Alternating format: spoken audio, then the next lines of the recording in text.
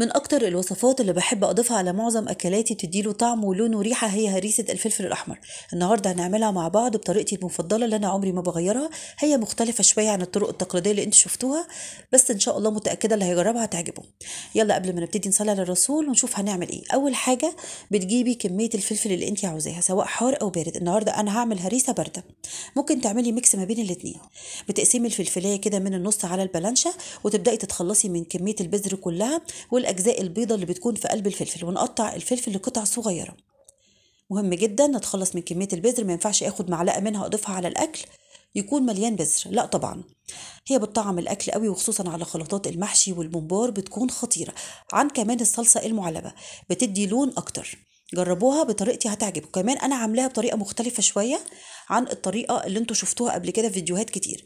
الطريقه المتعارف عليها ان احنا بنضيف الفلفل في الكبه، نفرمه في الاول ونضيفه في حله او في صينيه، نفضل بقى نقلب فيه ويقعد مده طويله جدا على النار لحد لما الفلفل يتخلص من كل السوائل اللي بتكون فيه. الطريقه دي انا عن نفسي ما بفضلهاش، لان انا بحس ان الفلفل بيفقد قيمته الغذائيه لانه بيقعد على النار كتير، وكمان ريحته ما بتكونش مركزه فيه.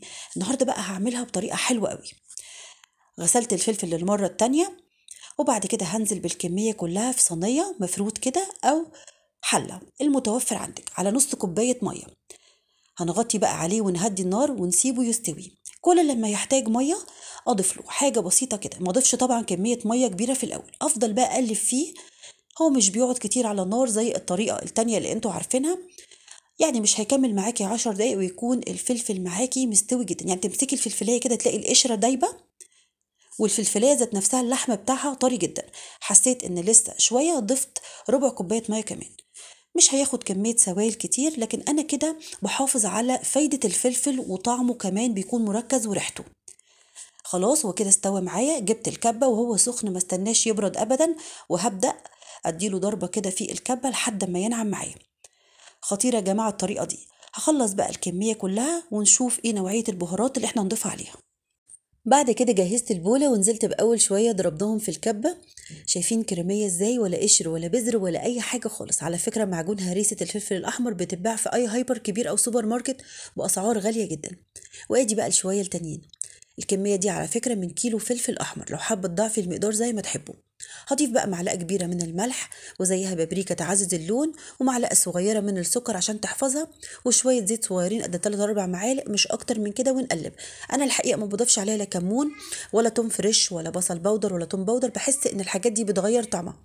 وطبعا دي حاجة اختيارية، حابة تضيفي البهارات اللي تعجبك ضيفيها، بس خدي بالك إن في بعض الأكلات ممكن تستخدمي فيها الهريسة ما تكونش محتاجة تست التوم ولا الكمون، فتبوظ لك طعم الأكلة.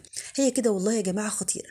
ولو انت متعودة تعمليها بالطريقة الأولانية اللي انتوا بتشوفوها في فيديوهات كتير، عاوزاكم بقى تجربوها بطريقتي وتلاحظوا بقى فرق الريحة والطعم بتاعت الفلفل في الأكلات. بتكون مركزة أكتر واللون بيكون رهيب، خصوصا بقى على المخللات والمحاشي زي ما قلت لكم. وكمان ممكن تضيفيها على اي نوع خضار انت حابه تطبخيه. خدي معلقه منها على الصلصه وادعي لي. لازم برضو البرطمانات تكون معقمه كويس قوي في حله فيها ميه بتغلي وشويه خل، وتسيبي البرطمانات لمده دقيقتين، وبعد كده تسيبيها تنشف تماما، ما تكونش ولا نقطه ميه فيها. وتعبي بقى الكميه زي ما تحبوا. لو هتعملي كميه كبيره لازم تشيليها في الفريزر. ما شاء الله خطيرة يا جماعة. هي قريبة من الصلصة شوية بقى، مع الفارق ان هي بتدي لون وتسكيرة جميلة للأكل. هنضيف بقى شوية زيت على وجه كل برطمان ونقفل بإحكام. وبألف هنا وشفا جربوها. يا رب أكون أفدتكم في حلقة النهاردة. ما تنسوناش في لايك وشير لو الفيديو عجبكم، والاشتراك في قناتي. استودعكم في أمان الله، وباي باي.